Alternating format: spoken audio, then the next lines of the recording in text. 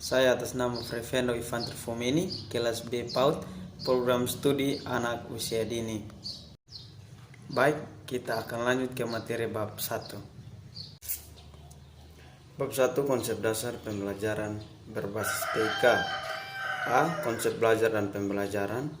Menurut Winkes tahun 1996, tanggal 3, belajar adalah suatu aktivitas mental atau psikis yang berlangsung dalam interaksi yang aktif dengan lingkungan, yang menghasilkan perubahan-perubahan dalam pengetahuan, pemahaman, keterampilan, dan nilai sikap, di mana perubahan bersifat relatif konstan. Belajar adalah suatu aktivitas diri yang menghasilkan perubahan kemampuan individu. Pembelajaran di mana perubahan kemampuan yang diperoleh tersebut berlaku dalam jangka waktu yang relatif lama, konstan, dan terus-menerus didapatkan melalui latihan dan pengalaman.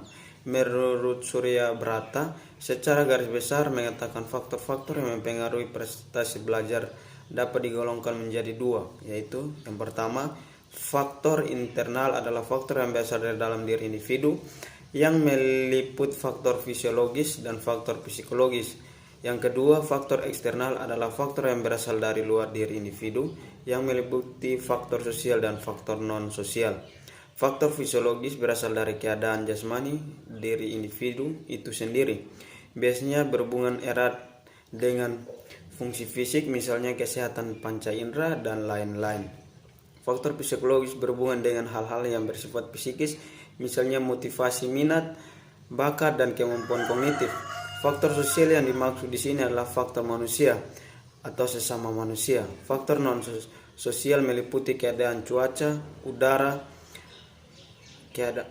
lokasi tempat belajar, alat-alat yang dipergunakan untuk belajar. Baik, yang berikut pengertian pembelajaran berbasis TK. Teknologi informasi mencakup segala hal yang berkaitan dengan penggunaan alat bantu untuk memproses dan mentransfer data dari perangkat yang satu ke lainnya. Teknologi informasi TK atau dalam bahasa Inggris dikenal dengan istilah information technology adalah istilah umum untuk teknologi apa pun yang membantu manusia dalam membuat, mengubah, menyimpan, mengomunikasikan, dan atau menyebarkan informasi. Istilah TK, teknologi informasi dan komunikasi, ini digunakan untuk menggambarkan berbagai media teknologi.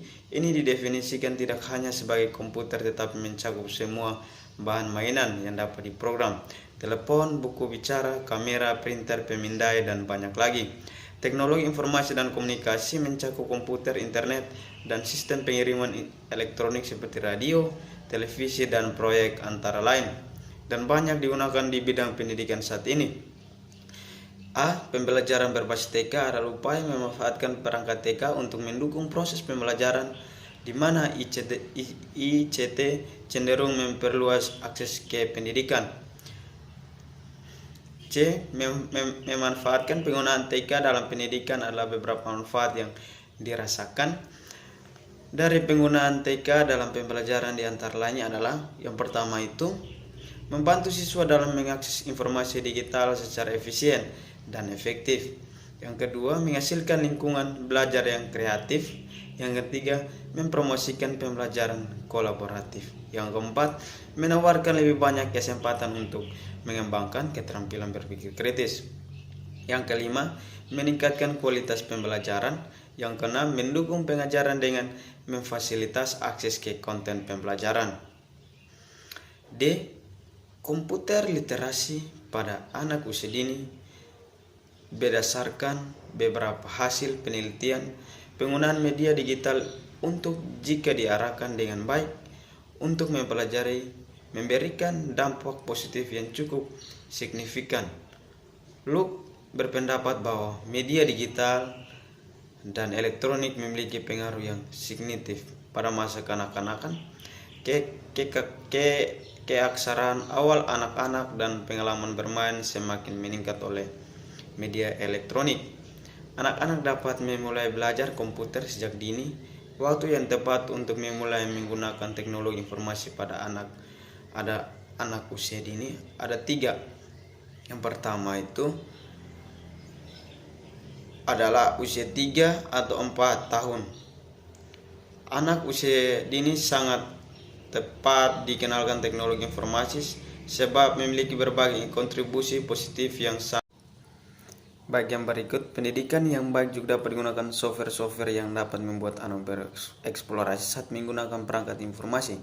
Program tersebut digunakan untuk membantu anak mengembangkan keterampilan sosial dan kerja sesama tim, selain untuk memperkaya kosakata dan mengembangkan proses berpikir logis.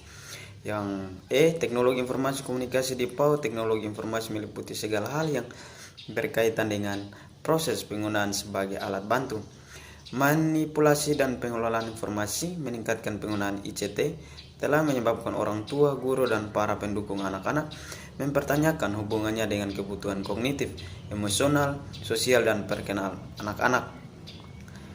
Berdasarkan fungsinya dalam pembelajaran, terdapat dua fungsi utama TK, yaitu teknologi informasi sebagai media pembelajaran, dan yang kedua, teknologi informasi sebagai sumber belajar dalam pembelajaran. Pemanfaatan teknologi informasi dalam mempelajari meliputi perangkat keras, hardware, dan perangkat lunak, software, beserta aplikasinya seperti perangkat komputer yang tersambung dengan jaringan internet, LCD, proyektor, CD pembelajaran, televisi, bahkan menggunakan web atau situs-situs tertentu di internet.